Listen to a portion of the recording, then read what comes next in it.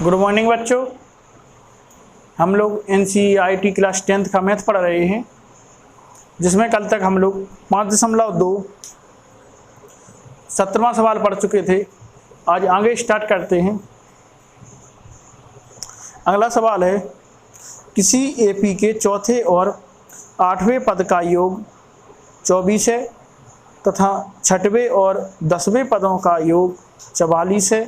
इस AP के प्रथम 3 पद ज्ञात कीजिए।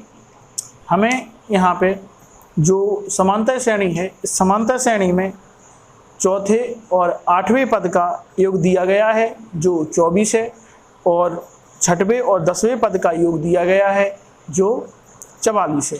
इसमें हमें AP के प्रथम 3 पद ज्ञात करना है। आपको पता होना चाहिए, कोई भी समांतर श्रेणी होती है या कोई भी AP होती है, उसके लिए हमारा फॉर्मूला होता है, पहला पद जो होता है वो A, यदि दूसरा पद निकालना है तो हमारा होता है A + D, यदि हमें तीसरा पद निकालना है तो इसके होता है A + 2D, चौथे पद के लिए A + 3D। जो पिछले सवाल में भी मैं आपको बता चुका हूँ। इसके आगे इसी प्रकार से समांतर श्रेणी चलती रहती है। यहाँ पे हमें उसने जो बताया गया है वो है चौथे और 8वें पद का योग 24 है। तो हमें जो समांतर श्रेणी है उसमें चौथा जो पद है और 8वां पद है वो हमें बताना पड़ेगा। इसलिए जो चौथा पद होगा वो हम जानते हैं कि चौथा पद J होगा, और जो 8वां पद है, 8वां पद हमारा होगा A + 60, क्योंकि जौन सा भी पद हमें निकालना है तो उस पद के लिए एक छोटा अंक लें, या हम जानते हैं कि जो फॉर्मूला होता है AN = A + n-1 × D। इसी प्रकार से इसमें से हम देखते हैं, इसी से जो J वाला फॉर्मूला बनता है। तो आप यहाँ पे A का मान रखें, A तो यही है। जो यदि हमें निकालना है 10वां पद, तो 10वां पद के लिए हम n = 10 - 1 × D, इसमें से ये माइनस होगा तो AN = A + 9D। तो इससे हमें पता चल गया है कि यदि हमें AN निकालना है, और AN निकालने की हमें कोई भी पद निकालना है तो उस पद से एक छोटा अक्षर D के साथ में लेना पड़ेगा। तो उस पद से एक छोटा अक्षर क्या कहलाएगा हमारा? वो कहलाएगा उतना ही पद। ठीक है बच्चों? हाँ, तो देखते हैं। यहाँ पे हम लेते हैं, हम मान लेंगे इसमें कि दिया है चौथे व 8वें पद का योग बराबर 24। तो इसमें हम देखेंगे चौथा पद। चौथे पद के लिए हमें देखना पड़ेगा कि जो हमारा प्रथम पद है, नीचे हम लेंगे माना प्रथम पद A व सार्व अंतर D है। हमने प्रथम पद मान लिया A तथा सार्व अंतर मान लिया D। तो चौथा पद है तो A4 बराबर हमारा होगा, A4 बराबर होगा A + 3D। तो चौथे पद के लिए हमारा हो जाएगा A + 3D। इसी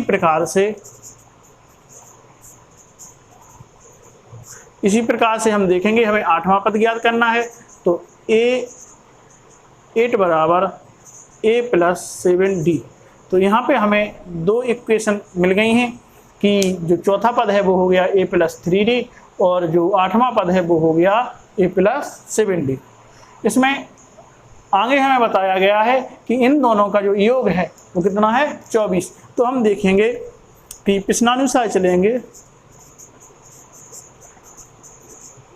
प्रश्नानुसार में A4 + A8 बराबर कितना?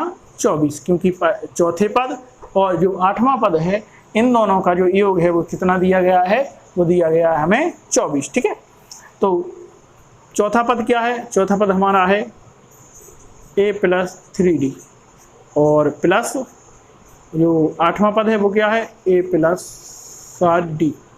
ठीक है, बराबर कितना? 24। इसमें A के कितना? 2A हो जाएगा + 3D 7D मतलब 3D और 7D कितने हो गए 10D हो जाएंगे बराबर 24।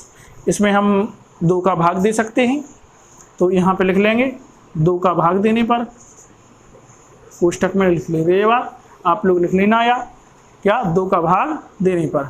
तो 2 का भाग देंगे तो a प्लस 5D बराबर कितना होगा 12, a प्लस 5D बराबर हो जाएगा हमारा 12। तो एक इक्वेशन ये हो गई। अब हमें और आगे भी दिया गया है, आगे दिया गया है कि छठवें और 10वें पद का योग 44। कौन से जो दिया गया है छठवें और 10वें पद का जो योग है, कौन सा, छठवें व 10वें पद का योग बराबर कितना है, बराबर है 44। तो हमने 44 मान लिया। तो इसके अनुसार ही हम छठवां पद और 10वां पद निकालेंगे। ये दोनों पद हमें मिल जाएंगे तो हम इसी प्रकार से ये भी मान निकाल सकते हैं। बिल्कुल ही नॉर्मल सवाल हैं ये वाले, आप बिल्कुल भी ज़्यादा घबराएं ना, और जो बता रहे हैं उसी प्रकार से चलते जाएं। छठवां पद A6 बराबर क्या होगा, आपको पता है A प्लस 5D, इसमें क्या हो जाएगा 5D हो जाएगा, क्योंकि कौन सा पद निकालना है हमें छठवां पद निकालना है। इसी प्रकार से जो 10वां पद है तो A10 बराबर हो जाएगा A प्लस 9D, कितना हो जाएगा A प्लस 9D। तो प्रश्नानुसार चलेंगे,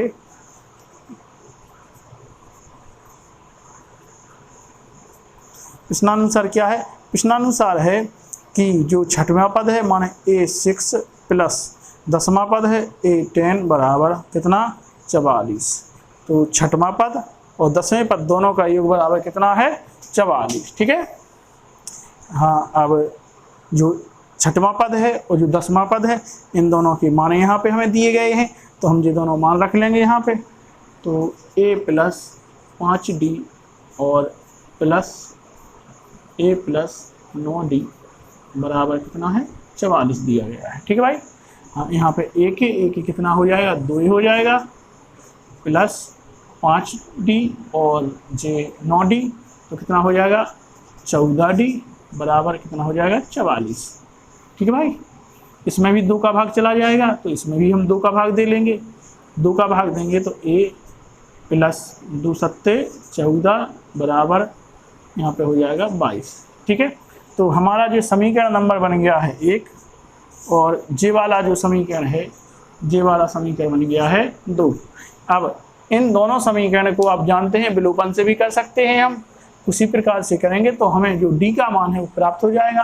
तो यहाँ पे हम देखते हैं समीकरण 1/2 से, समीकरण 1/2 से किससे चलेंगे, समीकरण 1/2 से चलेंगे। ठीक है। तो समीकरण 1 क्या है, समीकरण 1 हमारा यहाँ पे है, वो है A प्लस 5D बराबर कितना 12, और जो 2 समीकरण है वो है A प्लस 7D बराबर 22। समीकरण 1 है जी, और ये समीकरण 2 है। इसमें हमें पता है कि A दोनों साइड बराबर है, तो हम यहाँ पे लिख देंगे घटाने पर तो नीचे वाले के चिन्ह चेंज हो जाएंगे। तो जे माइनस का और जे प्लस का जी कट जाएगा, यहाँ पे जे वाला माइनस का और जे प्लस का तो माइनस 7D हो जाएंगे और प्लस 5D। तो 7D में से 5D कटेगा, कितना बचेगा, यहाँ पे 2 माइनस के 2D बचेगा बराबर, यहाँ पे माइनस का 22 है और प्लस के 12, तो माइनस 22 में से प्लस 12 जाएंगे, कितने बचेंगे हमारे माइनस के 10 बचेंगे। ठीक है भाई, कितने बचेंगे माइनस 10 बचेंगे। इस माइनस से जे माइनस कट जाएगा, यहाँ पे जो D गुणा में है इस साइड जाएगा वो किस में हो जाएगा, वो भाग में हो जाएगा। ठीक है भाई। तो D बराबर होगा 10/2, 2 से काटेंगे 2 पंचे 10, तो D बराबर हमारा निकल आया है 5। D बराबर कितना निकल आया है, D बराबर जो मान निकल आया है वो हमारा 5 निकल आया है। अब हमें जो D का मान है, D का मान तो निकल आया है, अब हमें निकालना है किसका मान, A का मान, क्योंकि जो समांतर श्रेणी निकालने के लिए हमें A और D दोनों के मान चाहिए। यदि दोनों के मान मिल जाएंगे तो हम ये समांतर श्रेणी बता पाएंगे। तो इसके लिए हमें कौन सा मान निकालना है, हमें निकालना है D का मान। तो आप D का मान समीकरण 1 में रख दें, तो हम रख के देख लेते हैं। डी का मान समीकरण 1 में रखने पर, किसमें, समीकरण नंबर 1 में रखने पर, समीकरण 1 क्या है, समीकरण 1 है a प्लस 5d बराबर कितने, 12। तो a प्लस 5, d का मान कितना है, d का मान है 5 बराबर 12। तो a प्लस 5 25 बराबर 12। ठीक है भाई, a कितना हो गया, 5 25 और बराबर 12 है। आगे जो 25 प्लस का है इस साइड जाएगा, काय का हो जाएगा, माइनस का। तो a बराबर 12 और प्लस का 25 है, इस साइड आएगा माइनस का 25 और 25 में से 12 जाएंगे यहाँ पे। तो a बराबर जो मान है वो कितना निकल आएगा, a बराबर मान निकल आएगा -13। तो a का हमें मान प्राप्त हो गया है और हमें मान किसका प्राप्त हो गया है, और हमें मान d का भी प्राप्त हो गया है। अब हमें निकालना क्या है, हमें निकालना है समांतर श्रेणी के 3 पद, प्रथम 3 पद ज्ञात कीजिए। एपी के प्रथम 3 पद ज्ञात कीजिए। तो एपी के 3 पद ज्ञात करने के लिए आपको पता है, तो यहाँ पे नीचे हम लिख सकते हैं एपी के प्रथम 3 पद। ठीक है, तो एपी के प्रथम 3 पद बराबर होंगे, क्या होगा, यहाँ पे होगा a प्लस डी और a प्लस 2d, यही होंगे एपी की 3 पद। ठीक है भाई, तो a बराबर मान कितना है, -13। तो प्रथम पद हो जाएगा -13। द्वितीय पद का है a प्लस डी, a का मान -13 और प्लस d का मान कितना, 5। इसको हल करेंगे तो ये कितना आ जाएगा, ये आ जाएगा 13 में से 5 जाएंगे, कितने बचेंगे, 8। तो कितना आएगा, -8। ठीक है, तो दूसरा पद कितना हो गया, -5 और तीसरा है a का मान है -13 प्लस d का जो मान है वो 2 गुणा 5। तो कितना आ जाएगा, ये हो जाएगा हमारा 5 दूना 10, 10 13 में से घटेगा कितना, -3। तो ये हो जाएगा -3। AP बराबर कितना, -13 -8 और -3। तो हमारे ये दोनों मान निकल आए हैं। ठीक है भाई, यहाँ पे यदि आपको दिख नहीं रहा है तो हम आपको यहाँ पे बगल में लिख के बताए देते हैं। ठीक है, यहाँ पे देख लें आप। तो एपी की हमें प्रथम 3 पद निकालना है। तो पहला जो पद होता है वो a बराबर कितना निकला, -13। दूसरा पद होता है a प्लस डी, मतलब a का मान है -13 प्लस d का मान कितना है, 5। तो ये हो जाएगा, कितना हो जाएगा, -8। ठीक है, अब हमें तीसरा पद निकालना है। तो a प्लस 2d बराबर होगा हमारा -13 प्लस 2 गुणा 5। तो -13 प्लस 5 दूना 10, तो कितना, -3, कितना, -3। ठीक है, तो AP बराबर हो जाएगा -13, दूसरा -8, तीसरा -3। तो हमारी जो समांतर श्रेणी है वो यहाँ पे निकल आई है। समांतर श्रेणी के प्रथम 3 पद निकल आए हैं। आप इसका स्क्रीनशॉट ले लें, या आप सबसे अच्छा है आपके लिए कि जी आप नोट कर लें। ठीक है, तो कौन सा सवाल था जी, हमारा है 18वां सवाल। कौन सा सवाल है, 18वां सवाल है। कौन सा अध्याय था, और ये हमारा अध्याय है 5.2। ठीक है, 5.2 जी, यहाँ पे अध्याय आप लिख सकते हैं 5.2। ठीक है भाई, 5.2 अध्याय है। और हमारा सवाल कौन सा है, 18वां सवाल। आपके लिए जो 18वां सवाल है वो हो गया है। थोड़ा सा सवाल बड़ा जरूर लग रहा है, लेकिन सवाल बिल्कुल सरल है। आपको बता दें फिर से, हमें क्वेश्चन ने जो चौथा पद और 8वां पद दिया गया है, इन चौथे और 8वें पद का हमें योग पता था। योग कितना था, 24। और इसी प्रकार से हमें जो यहाँ पे